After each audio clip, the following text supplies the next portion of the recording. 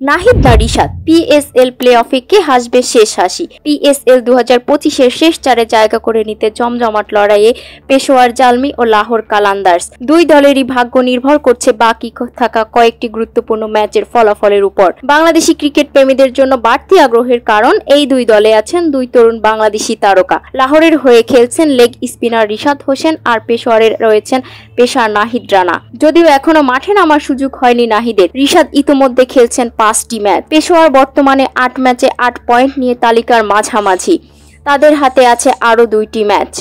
অন্যদিকে লাহোর 9 ম্যাচ থেকে পেয়েছে 9 পয়েন্ট, সামনে একটি সুযোগ প্লে অফ নিশ্চিত করার। সবচেয়ে গুরুত্বপূর্ণ বিষয় হলো লিগের শেষ ম্যাচে মুখোমুখি হবে পেশোয়ার বনাম লাহোর। তার আগের দিন করাচির বিপক্ষে পেশোয়ার জিততে পারলে তাদের প্লে অফ অনেকটাই নিশ্চিত। তবে পরিসংখ্যান বলেছে লাহোরের হাতে এখনো প্লে অফের চাবিকাঠি। শেষ ম্যাচে পেশোয়ারকে হারালেই জায়গা পাকা। তবে পেশোয়ার যদি করাচিকে হারিয়ে আত্মবিশ্বাস নিয়ে নামে, তবে লাহোরের জন্য সহজ হবে না শেষ চারে ওঠা। সব মিলিয়ে পিএসএল এর শেষ সপ্তাহ জমে উঠেছে নাটকীয় সমীকরণ। প্লে অফে আদৌ একসঙ্গে জায়গা করে নিতে পারবেন কি বাংলাদেশের দুই তরুণ ক্রিকেটার?